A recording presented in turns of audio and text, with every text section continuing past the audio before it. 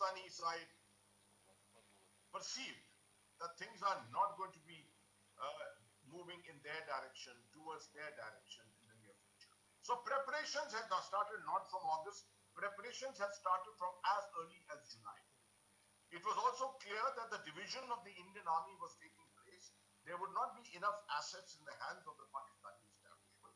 There would not be enough, perhaps, in terms of these organized units of the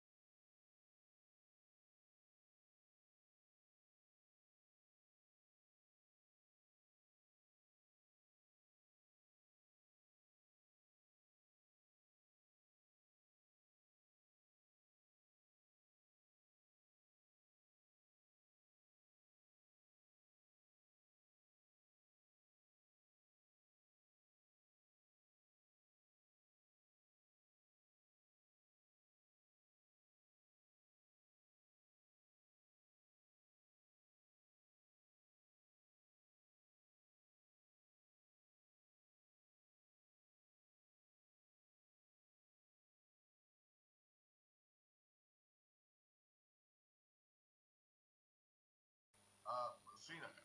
And so therefore all attempts were made to coerce the Maharaja through all these raids on the border townships and things like putting these blockades, etc. But the Maharaja did not.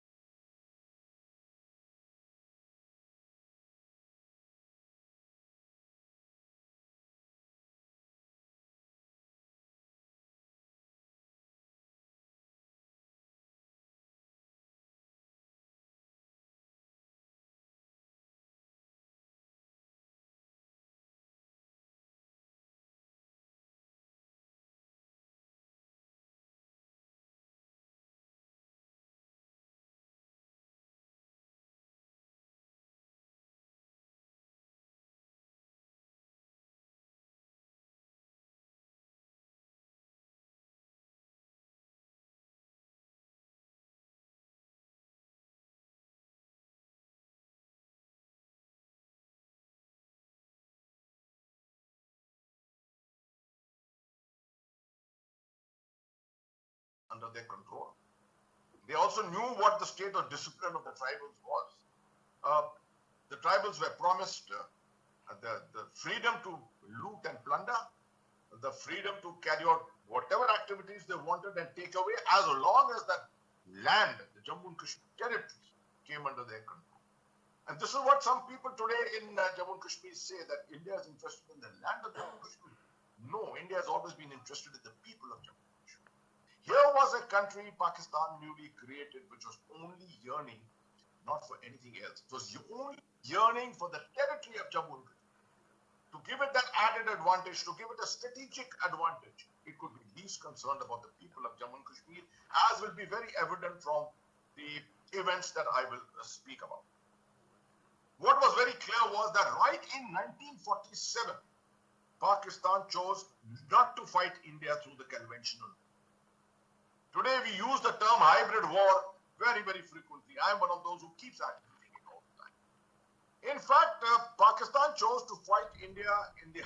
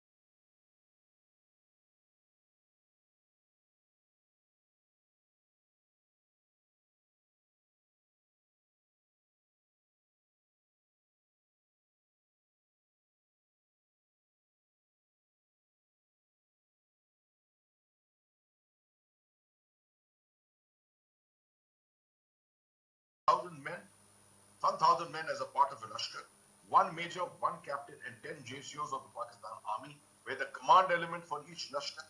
The Pakistan Army provided them weapons, ammunition, communications, transport, some amount of transport, medical supply, and support. Everyone thinks that these Lashkars were extremely brave men. The reputation of the tribal, the persons who could fight the British and things like that. As events unfolded later, it was realized that the biggest cowards of the world were actually these tribals. All that they came to Jammu and Kashmir war for was loot, plunder, and rape of women. The number of women who were carried away from here, from Uri and Srinagar and Baramulla, it actually confirms what the actual intent of the Kabalis or the tribals was. So Pakistan put its plan in action on 22nd of October 47, considering the onset of winter and considering what it felt was the effectiveness of its operations that it had undertaken till at that moment and how much period was left for the winter to come. So the plan broadly was six Lashkars were to advance, along the Muzaffarabad domain, Uri, Baramulla route. Subsequently, they were to go and block the Banihan Pass, which is where the Jawahar Tunnel is. Two Lashkars were to advance from Hajipir to Gulmarg to secure the southern flank of this offensive. Two Lashkars were to advance from Titwal in the Kishanganga, Ilam Valley area to Titwal, Nastachul, get to Sopor, Handwara, and Baldi. That's the North Kashmir area. 10 Lashkars were to capture Poonch and Rajouri and then advance towards Jammu. And Pakistan's 7th Infantry Division was to concentrate in the area of Mari Abbottabad, which is north of Rawalpindi, ready to exploit any of the tribal gains. Which means that if the tribals had succeeded in capturing Srinagar, that this 7th Infantry Division was the one which would have been pushed along the Muzaffarabad-Uri axis to exploit those gains. Mercifully, nothing happened. The operations were such that the plunder of Muzaffarabad and domain took place. There was a mutiny within Fort Jacrif, one of the state force units. It was a communal problem instigated over a period of time, which led to a division within the state forces. From then onwards, the Lashkars marched towards Uri, Baramulla, and Srinagar with this intent. Few ramshackle vehicles and things like that were put together, and they moved as some kind of subunits and units on the Uri, Muzaffarabad or Muzaffarabad-Uri route. For those who have served in this area, for those who know Kashmir well, those who know Uri well, on a very famous bridge called the Nand Singh Bridge on the way to Uri. Nand Singh Bridge the name was given much later, named on a very, very famous Subadar of the first Sikh, who was a Victoria Cross and got a Mahavir Chakra later on there. This particular bridge on the turn on the Uri Nala, which is also known as the Hyderabad Nala, this bridge was destroyed by the state forces of Brigadier Rajinder. Brigadier Rajinder Singh, seeing the situation as it was, had been fighting it out on the border for the last almost 3 months. His troops were in a state of disarray. All he could get was 2 companies to try and prevent the move of the Lashkars into Baramulla. And they destroyed this particular bridge at the Hyderabad. The Lashkars refused to move forward. They wanted vehicles to be given to them so that they could move to Baramulla. That was the state. Their passion was to fight was not there at all. Subsequently, when a few vehicles were provided and they were persuaded, they managed to reach Baramulla only on the 26th of October. Now, in between, a lot of events had taken place in India. The Maharaja of Kashmir Maharaja Jammu and Kashmir had been convinced that if he signs the instrument of accession, the Indian army would come in and rush to his assistance. He finally signed it on the 26th of October. And that opened up the floodgates for the Indian army. Now, the army could come by 2 means. One was either to come by the Uri-Muzaffarabad road, which was already in the hands of the Lashkars, the tribals. The second by road was to come by Kathua-Jammu road, which had been anticipated by the Pakistanis. And they had actually placed Lashkars there to prevent the movement of the Indian army by surface means. They also knew about the possibility of landing by air. And they had hoped that they would be able to reach the Srinagar airfield before that. Somehow destiny played in India's hands. And that's exactly what happened. Because as the Lashkars moved to Baramulla, they got involved completely in Baramulla's pillage, the pillage of Uri, then the pillage and plunder of Baramulla. In Baramulla, it says, those who know Baramulla very well, no religion, no faith. Everyone was a common enemy for them.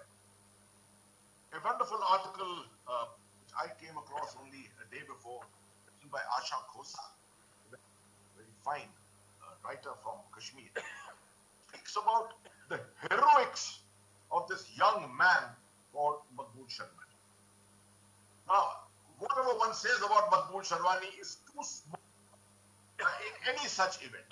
In fact, there should be a day dedicated to Maqbool Sharwani's heroism is linked to the fact that actually he he was in Sumbal that day on 26th of October. When he heard about the movement of the Lashkars into Baramulla, he came back to Baramulla, sent his family out, and thereafter started attempting to befriend the Lashkars, the Qabalis. And in the course of that, he tried to divert their attention. He tried to mislead them by telling them that the Indian army had already landed and they were on their way towards Baramulla. They were somewhere near Patan. He advised them not to move forward to fight them, but to fight them at Baramulla itself, which he claimed was a more defensible ground. All this produced a state of sense of confusion in the minds of the leadership of the Qabalis. And they stayed put at Baramulla. They didn't move to Srinagar. And on the 27th of October, 8:30 in the morning, the first flights of first Sikh landed in Srinagar, at the Srinagar airfield. That was the destiny. That was what changed the destiny of the situation. If there had been a delay of even perhaps a day, even if there had been a delay of perhaps a few hours, it would have led to the Indian Army's inability to land on contested landing at the Srinagar airfield. Maqbool Sharwani's ability to hold back the Qabalis, mislead them in Baramulla, actually contributed hugely to this change of destiny. Later, Maqbool Sharwani was discovered. His actual identity came to be known. He was hunted down. He was killed with 14 bullets.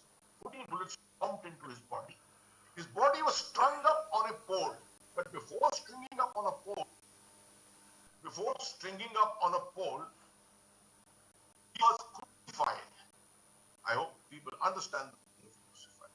He was crucified. He was actually nailed to a cross. Sticks and big nails were driven into his ankles, into his palms, and he was hung in that manner for people to see. His body was finally taken down by his sister, later buried.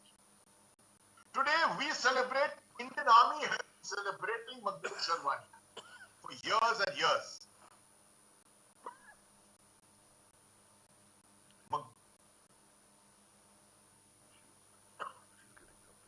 Okay, may I continue? Sir, please continue. I request you to wind it up in 5 minutes' time.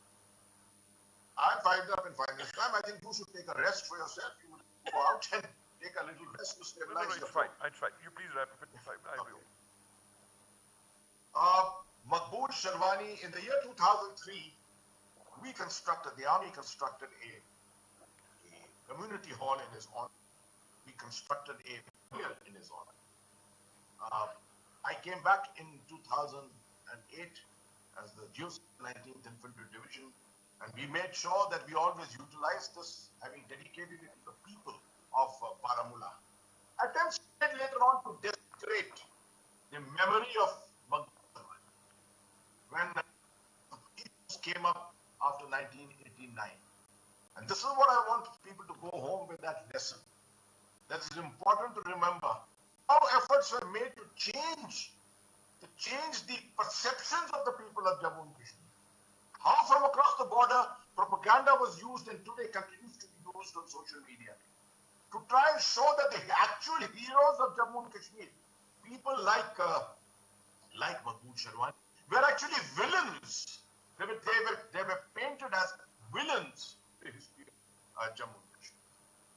Having said that, let me come back very briefly to this last bit of a few other battles. It's very important to remember that after 27th of October, it took 7 days for the major battles to take place in between. The CO of First Lieutenant Colonel Devan Chand Rai was killed. Mahavir Chakra, he earned a Mahavir Chakra near Patan. An attempt was, after all, made, a tactical effort was made to draw in the Qabalis to Srinagar. They were drawn into Srinagar, and finally there was a large number of them were neutralized and eliminated in the Battle of Sheladang. Who will remind anyone about Sheladang? Sheladang was the battle in which the first Paramveer Chakra of India was won by Major Somnath Shah, Fort Kumaon. And his memorial is there right outside the Srinagar airport. I hope people go. every time I went past that memorial, I always saluted that memorial. I hope today people continue to salute the memorial of India's first Paramveer Chakra. The pushback by the Indian Army thereafter started. 7th of November, Baramulla was recaptured. 13th of November, Uri was recaptured. And I need to remind people that we went to Haji Pir, we went and captured Pandu, which is across the current command post on the other side of the command post. We went into the Pir Panjal and captured the Pir Kanti, a very famous high feature called Pir Kanti. We captured the Ledwali Gali. We captured Redi Gali. Unfortunately, because of the state of winter preparations at that time, we had to pull out of Haji Pir. That's the first we pulled out of Haji Pir. We pulled out the second time in 1965. Again, we had to pull out of Pir Kanti and pull out of Ledwali. We had to pull out of that piece of ground. The last bit, of course, a final counter was carried out along the Handwara axis by 163 Brigade under the leadership of the great Brigadier, later Lieutenant General Harbakh Singh. The famous battles of Handwara, Trehgam, Nastachun, and Tithwa were fought. And each of these battles was greater than the other. And the restoration of the status of the Maharaja's control or India's control over the territories of Jammu and Kashmir was established. We had heroics in the south of the Pir Panjal. We had Brigadier Muhammad Usman in the Battle of Naushera. Who can forget the heroics of Brigadier Pritam Singh in the Battle of Poonch? It's a sacrilege today that I, as a company commander, used to sit in Poonch and look across the line of control and see that the post on the other side of the line of control was called Pritam. I hope one day that Pritam post will come back to us and we will be able to salute the memory of Brigadier Pritam Singh. So finally, I could recount many more battles, but I think one last battle which needs to be spoken about is the Battle of Zojila, which today people are saying that tanks for the first time have gone into 17,000 feet to fight the battles. I can assure you tanks of the Indian Army, the 7th Cavalry, fought at 11,000-12,000 feet. Actually, they were dismantled, put into vehicles, carriers, and taken on top and assembled together. A tank battle took place for the control of one of the most important landmarks for Jammu and Kashmir. That is the Zojila, through which the Zojila tunnel is now about to be constructed. This gives you access into Ladakh, and it is a lifeline today of the Indian Army. Besides the Manali route, it is the lifeline of the Indian Army through Srinagar, Zojila onto Leh. The last bit, 1 minute, if I may sum up and tell you, is my fellow panelists will explain to you lots and lots of things about the contribution of the Indian Army to the destiny of Jammu and Kashmir. But let me tell you, the 1947-48 achievements is something marvelous. It went on to 65, they set the course for 65, for 71, for 89, for 99. Each time Pakistan has attempted to perceive that the people of Jammu and Kashmir rise in their favor, they have always failed. It is this particular narrative which needs to be brought to the world, to the attention of the world. And the more India does it through events such as this, the more we will achieve our final success. Thank you very much. And Thank you, General. Thank you very much. And I must say that, 2-3 aspects which you have said today are so crucial for our younger generation to know, to do away from that distorted narrative which had been given to the Indian younger generation that the tribals suddenly, jumped over from some place and attacked Kashmir. And the way you have narrated the entire planning behind it and how that whole Operation Gulmarg and all was done with is an eye-opener. And I must say that coming this from a journal, and yesterday when we had Professor Raghavendra Tawar, presenting those facts from the local records of deputy commissioners and schools and colleges and how preparations were being done there, I believe that the combined aspects of these two historical narratives brings out a kind of totally alternative history in relation to the history of this whole struggle which was waged against India in 1947. And this also qualifies with this aspect that why Jinnah sitting at Abbottabad, when Auchinleck told him, now this is no more possible and all, then was agreeable to this aspect, that immediately then stopped the fighting, because they had Baramulla, they had Uri, and they had all other aspects. Those they thought that they will still be victorious, to which the Indian government didn't agree and fought back the Indian army in that aspects and all. And one more very crucial thing you have said in this is, which is very crucial in the contemporary times also, that this whole myth which Pakistan has developed, that the people of Jammu and Kashmir will stand with Pakistan, that has fallen to ground. Always. Whether it was 47, whether it was 65, whether it was 71, and whether it is now, except a few exceptions, and those are being isolated now, those separatists and whosoever go pick up a gun and all that. But the younger generation, as we heard yesterday, this young advocate Faisal also speaking about what the younger generation feels about the relations about the country and about the motherland, that is extraordinary. And I believe these narratives will go on. And now we look forward, once again, thank you, General. We look forward to General Pannu. And we are also looking at, sir, to your things, not only just 47, but since you are an expert, I was reading, going through your CV when I narrated it, with your expertise in the cyber area and also, so you can also throw some light towards this whole cyber aspect today, that the new dimension which the war is taking now, from 303 to machine guns, and now to the cyberspace war, and cyber war in that regard, its relevance also, because I see more than 100 youngsters sitting here, you know, in this COVID atmosphere and listening to you, sir. Over to you, sir. Thank you very much, Chair, for inviting me over and also very nicely introducing me to the audience. I've had a privilege of serving very close and under General Atta Hasnan and also, you know, with General Gurmeet when he was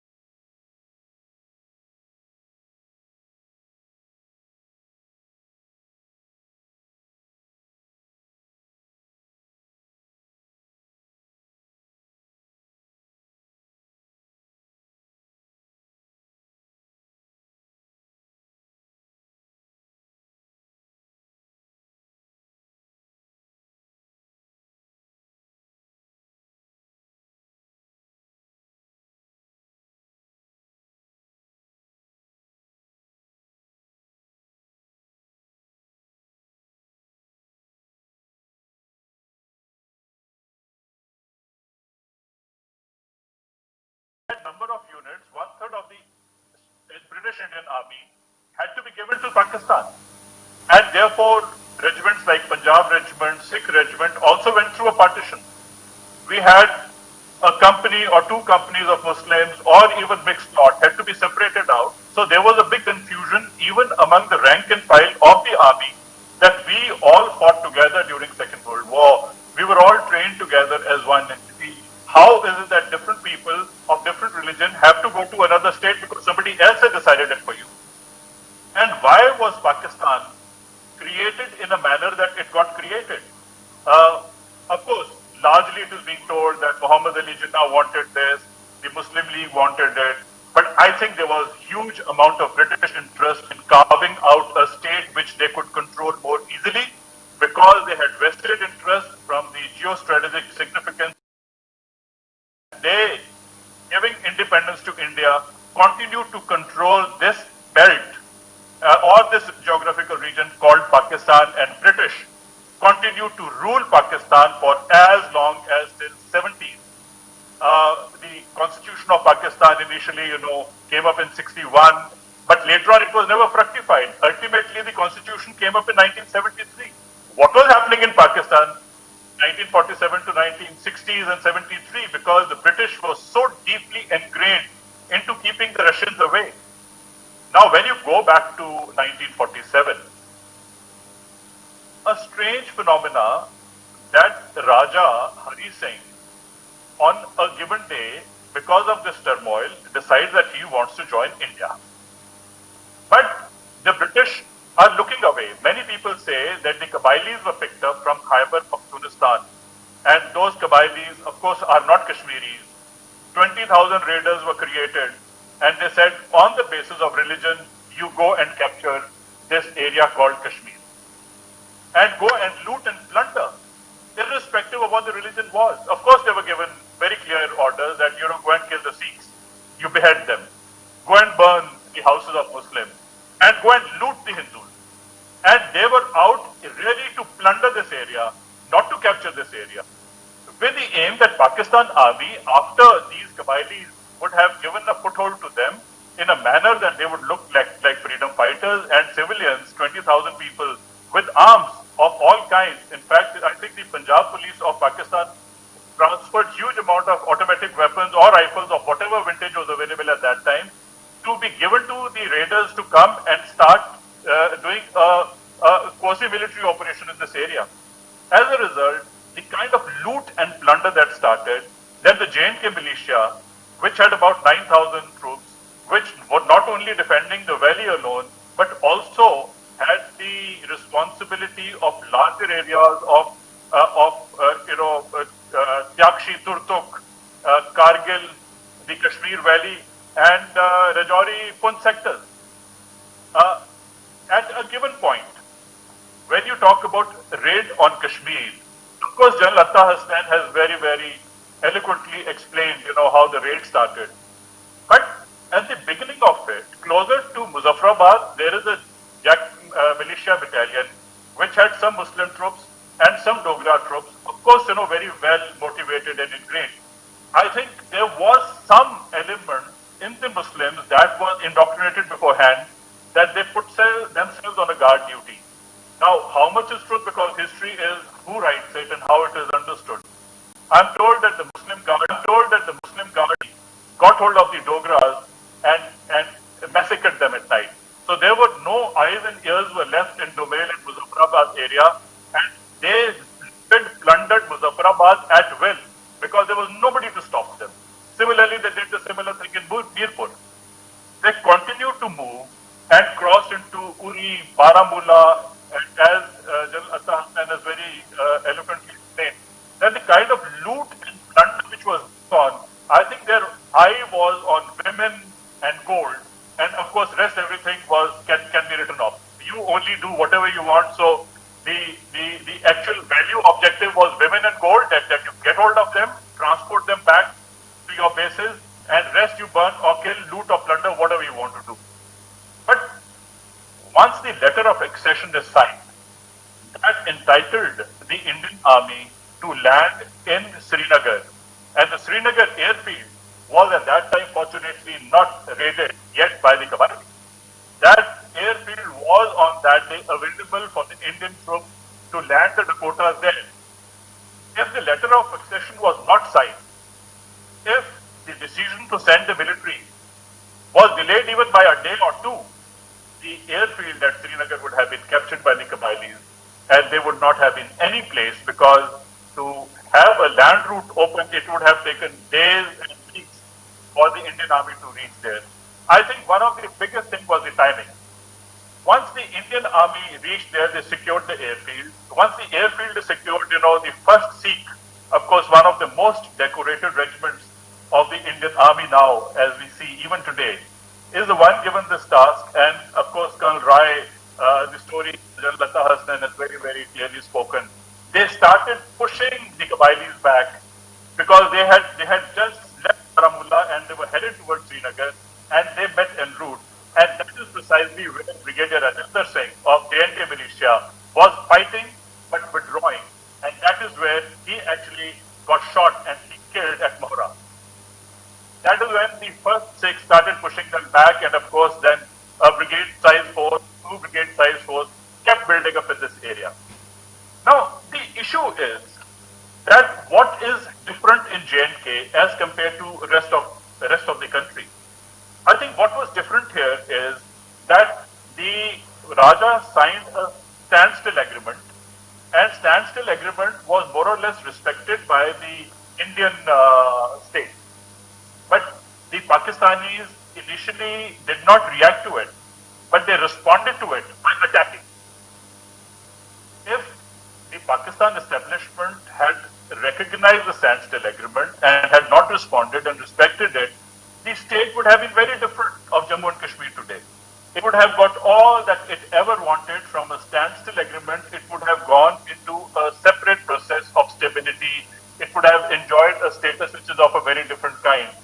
The standstill agreement not having been responded to in a positive manner, but they reacted with force. It means Pakistan actually held the gun against the standstill agreement, which forced the Maharaja to sign the letter of accession in favor of India. And once the Indian troops were invited, they were not invited only for the defense of Jammu and Kashmir, but they were also invited to save the people of Jammu and Kashmir, because the raiders did not see any caste, creed, sex, religion. They were targeting every person with a strategy that render the Muslims homeless. And once they are homeless, they will be down to the knees and they will listen to us. As a result, the Muslims were supposed to be kept live. The rest, everybody was supposed to be killed. The Hindus and the Sikhs, they were targeting the women and children as well and take them as live booty, either to negotiate or to use them as booty. As a result, when the Indian army reached there, they had 2 objectives in front of them. One was to reclaim the territory as the erstwhile state of Jammu and Kashmir, that is including Gilgit-Baltistan, Mirpur and Muzaffarabad, which today is POK and Gilgit-Baltistan area in general. So the first objective of the Indian army was and should have been executed till the time the objective was achieved, was to reclaim the entire territory, which is depicted by the international border as it stands even today. The second part was that the Indian army cannot defend its territory unless it defends its people. So it was extremely important to defend the people of Jammu and Kashmir, who were becoming the targets of the raiders all across. So they went in and continued to push the raiders, who were now in more of a defensive mode. They kept protecting the civilians. They kept rehabilitating the civilians. They kept assuaging the aspirations of civilians. They continued to go into houses, villages, and give them soccer treatment, give them, psychological, comfort, and continue to push the raiders behind. But of course, there are 2 or 3 things which we can talk about. Were British mute spectators in the whole thing, or were they hand in glove? I think the jury is still out. Some people say, oh, they looked away. Some people say, oh, they did not approve. Well, if the commander-in-chief on both sides are the British, why would they keep quiet? Why would they look away? Why they could not control? If after all the armies were working under the directions of the British from both sides, why they kept quiet about it? And even if they kept quiet or looked away, why was Major William Brown, who was supposed to be in Gilgit Scouts, he was told actually to hand over back to the Maharaja. He was given instructions that you hand over this area to the J&K militia. But he went and he revolted. It was like a coup. And later on he was rewarded by the British.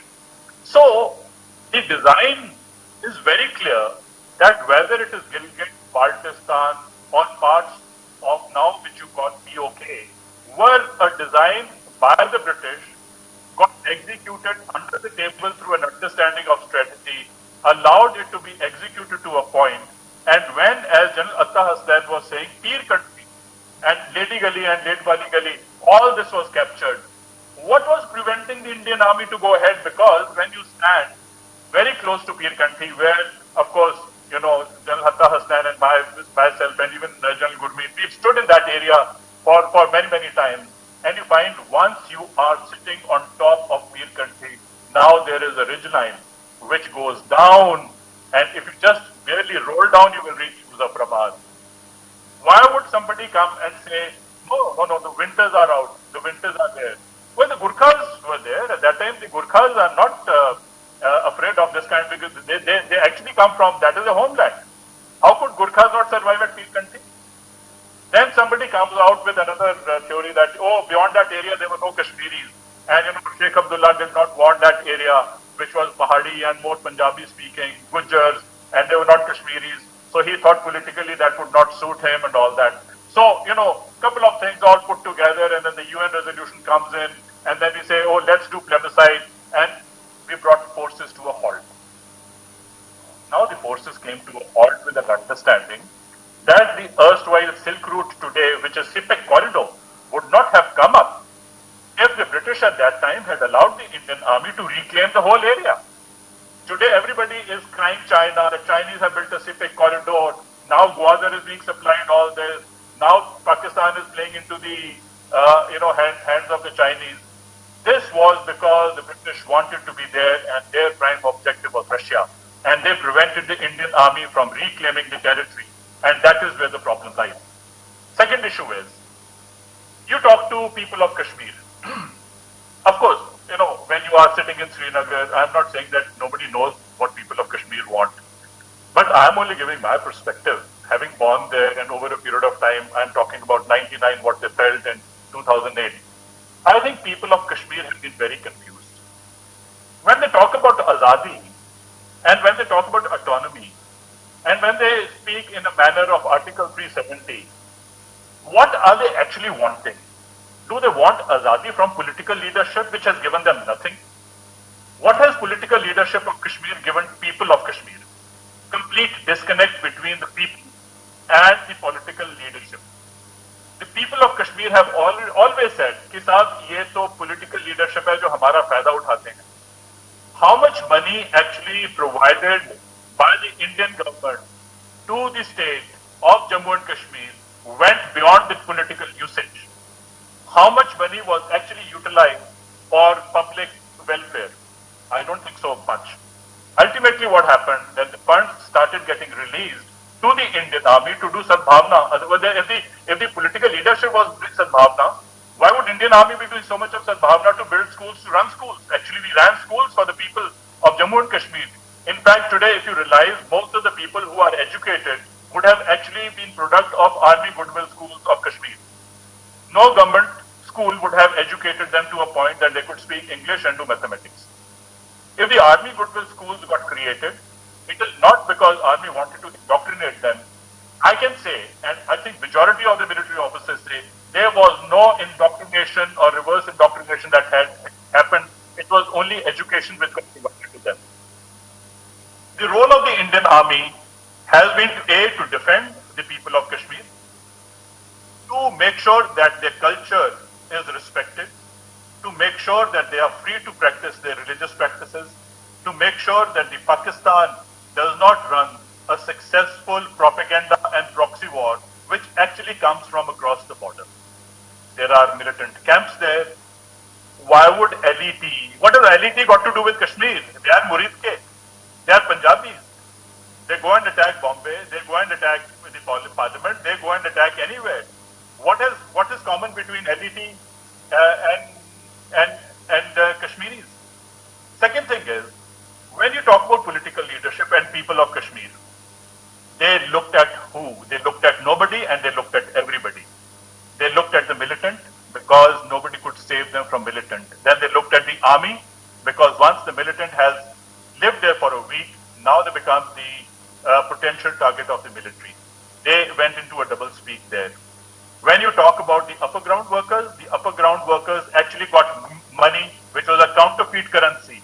Counterfeit currency is the one, I think, the flow of which was more than whatever was legitimately given by the Indian government to the leadership to be spent on the welfare of people. But they did not reach people. It is the counterfeit currency which started reaching the people through the upper ground workers who only created reception areas for the terrorists to come across from the line of actual control, and which was hugely spent on separatism. No political leader ever took a firm stand against terrorism and separatism. They have always had a double speak. The political leaders have confused because for them to enjoy a special status of Kashmir was not to get special status for Kashmiris. It was to get a special status to themselves as political leaders so that they could stand prominently in India as special people. I'm not naming a political leader. I'm not naming a political party in Kashmir. All of them actually only looked after themselves and the political party. They were, I think, they used the terrorists, they used the separatists, they used the innocents, they used the poverty, they used every vulnerability of the Kashmiris to only serve their personal interests. At the end of it, how many Kashmiris have got eliminated and what have they actually done to them? Nothing they have done. They have only spoken. If you actually run any political leader's speech, you don't know whether they are actually saying ki Pakistan ke saath jao. You don't know whether they are saying Hindustan ke saath jao. You don't know whether they are saying hame independent kar do. They're saying all this in one go and put some shero shairi in it, and people in Kashmir have no clue what anybody wants. As a result, the Pakistan, through their understanding of religion, Pakistan became synonymous to religion, and religion became synonymous to Jannat. And Pakistan continued to promise Jannat to people of Kashmir that if you join militancy or join Pakistan, we will give you Jannat. In October 2008, when the command post was open for trade, and when the bus service started between Srinagar to Muzaffarabad, and I used to meet these people on the command post, and the so-called Jannat, the bubble of belief, was burst. Because when the Indian side Kashmiri went to the POK, they said, "Saab, ye to POK nahi hai, to Punjab occupied Kashmir hai. और ये आजाद कश्मीर नहीं है, ये तो army, Pakistan army occupied Kashmir है. आपने तो सेब और अखरोट बेचने थे उधर. Have you been able to sell सेब और अखरोट to Muzaffarabad? No, they did not have the buying capacity. People went to meet their relations there across. They did not get a warm welcome because they were in no condition to look after them. I have seen number of Kashmiris who went to Muzaffarabad, they cut short their visit and they came back because their relations on the other side could not look after them. They were actually so unhappy that they came back. He says, "Saab, अखरोट तो हम और सेब उधर बेचने जा रहे थे, लेकिन our buying power is more. उनके सेब अभी हम खरीदते हैं." In fact, if you see the trade imbalance, it was supposed to be on barter system. But what happened was, the purchase power in the Kashmir Valley was much higher than what it was in Muzaffarabad. As a result, what the Pakistanis started selling in India was Chinese goods. You know, वहाँ पे अभी क्या आ रहा है, वहाँ से आपका ये लहसुन आ रहा है, ये लहसुन तो चाइनीज लहसुन आ रहा है, तो पाकिस्तान का क्या ट्रेड आ रहा है वहाँ पे? Pakistan did not have enough goods. They started importing goods to be sold to Kashmir. But whatever Kashmiri product was to be sold, you realize that the purchase power not being there, they landed up selling more product in India and less there. It is the transactional passengers moving up and down, brought in huge amount of perception, then you say that look, I don't think so. तो जो जन्नत हमें पाकिस्तान ने दिखाया वो जन्नत उधर है नहीं है. Lot of people thought कि उधर जाएंगे तो जन्नत मिलेगा. As a result, I find the Indian Army has protected the people of Kashmir and they have protected the line of actual control. But they should have actually defended the international border. I think over a period of time, it is up to the Indian establishment whether you want Baltistan or you want the Punjab occupied Kashmir of Pakistan as part of yours. I think we have to take a decision. But I think Kashmiri understands heart to heart. उसका दिल कुछ और बोलता है, जुबान कुछ और बोलती है. I think this is the dichotomy which the leadership has created for them. If the military and political objective are same, Kashmir will become strong and part of India. But if the military and the political objectives are at variance, which have been, they say AFSPA के अंदर बहुत power है. But I have seen that the number of FIRs, every operation there were FIRs and FIRs and FIRs by the J&K police, dictated by the political establishment. How is this that kind of a dichotomy that you are killing terrorists and the J&K police is actually ready with the FIR on the Indian army? What kind of a tamasha is going on? So as a result, एक हिंदुस्तान है. It is one India policy where only one rule, one constitution and one rule of law and one aim of defending the nation has to be executed, and that's it. And the political establishment, the military establishment and the entire Indian establishment would be one. Thank you very much, Jai Hind. Thank you, General Punnu. In fact, your enlightening thought, I think, is very, very seriously be to taken by the younger generation sitting here, because you have made some very pertinent points. And the first point, I think, which should go home in Jammu and Kashmir is that when the Indian forces landed here in Srinagar, they had not come to defend the Hindu Raja. They had not come here to defend the Hindus and Sikhs, but they had come to defend Kashmir, the motherland, and every Kashmiri, whether who was a Muslim, who was a Sikh, or who was a Hindu. That is a big message which the younger generation must understand. Because of certain distortions and all, and propaganda, this whole thing had been eroded as if the Indian forces, why the Indian forces had landed up here. Secondly, you have very aptly proved, and I have been said about the last speaker also, the whole thing, that this British collaboration, what the British have done in this whole regard, collaborating with the Pakistanis and all. And in fact, the war with India, as you said, had started in July 47 only, and I'll say no. The war had started on this issue of Kashmir from 16th August, direct action day itself, when it was clear that India and Pakistan are going to be made. And what Jinnah was claiming as Pakistan areas during that period, right from Hyderabad to Bengal, to Bhopal, to parts of UP and whole of Kashmir and Junagadh and all these things. So the battle had started from there. There the preparations had started, and I think you have given me an idea today for further research. I'll have to do a paper on the misgifts of our first Governor General of India to India. That we made him the first Governor General of India, and what gifts he gave to us in terms of the whole policy of Kashmir by telling the Maharaja not to accede to India, and when the accession is done, saying that this is purely temporary, subject to plebiscite and all, and then stopping our forces and putting pressure on India that Valley should be given to Pakistan and all that. It opens a new dimension altogether for research and to prove these aspects related to that. Thank you very much. I think we'll have a tea break now, short tea break. And sir, please, Raghavendra ji, I must compliment him, and I must request him that all these things should be published in a book form also, the proceedings of this. Yes, sir. Yes, sir. Please, sir.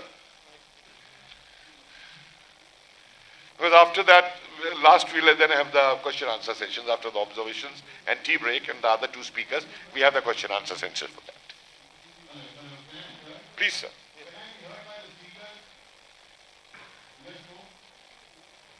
No, I don't think. Sir, why don't you come here? I think this will go. Come on the stage, sir.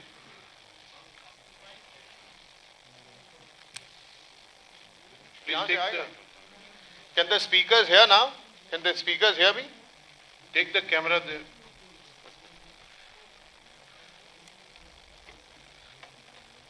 यार तुम लोग ऐसा है ना वहां बैठ के बस वही करा करो जो कर रहे थे अभी.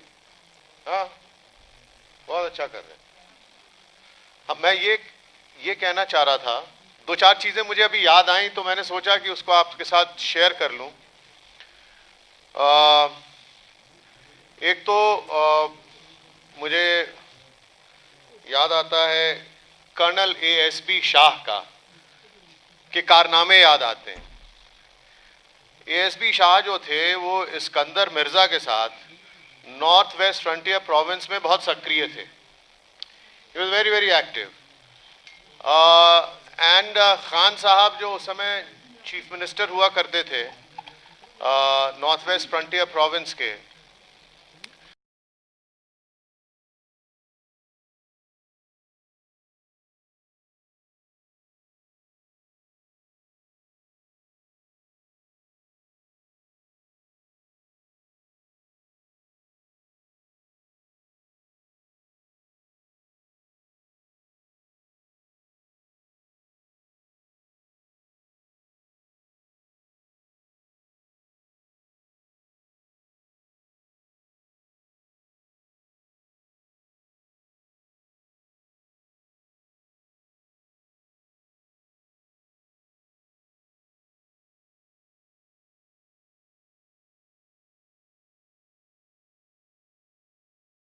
कश्मीर इज फेसिंग, ये उसी समय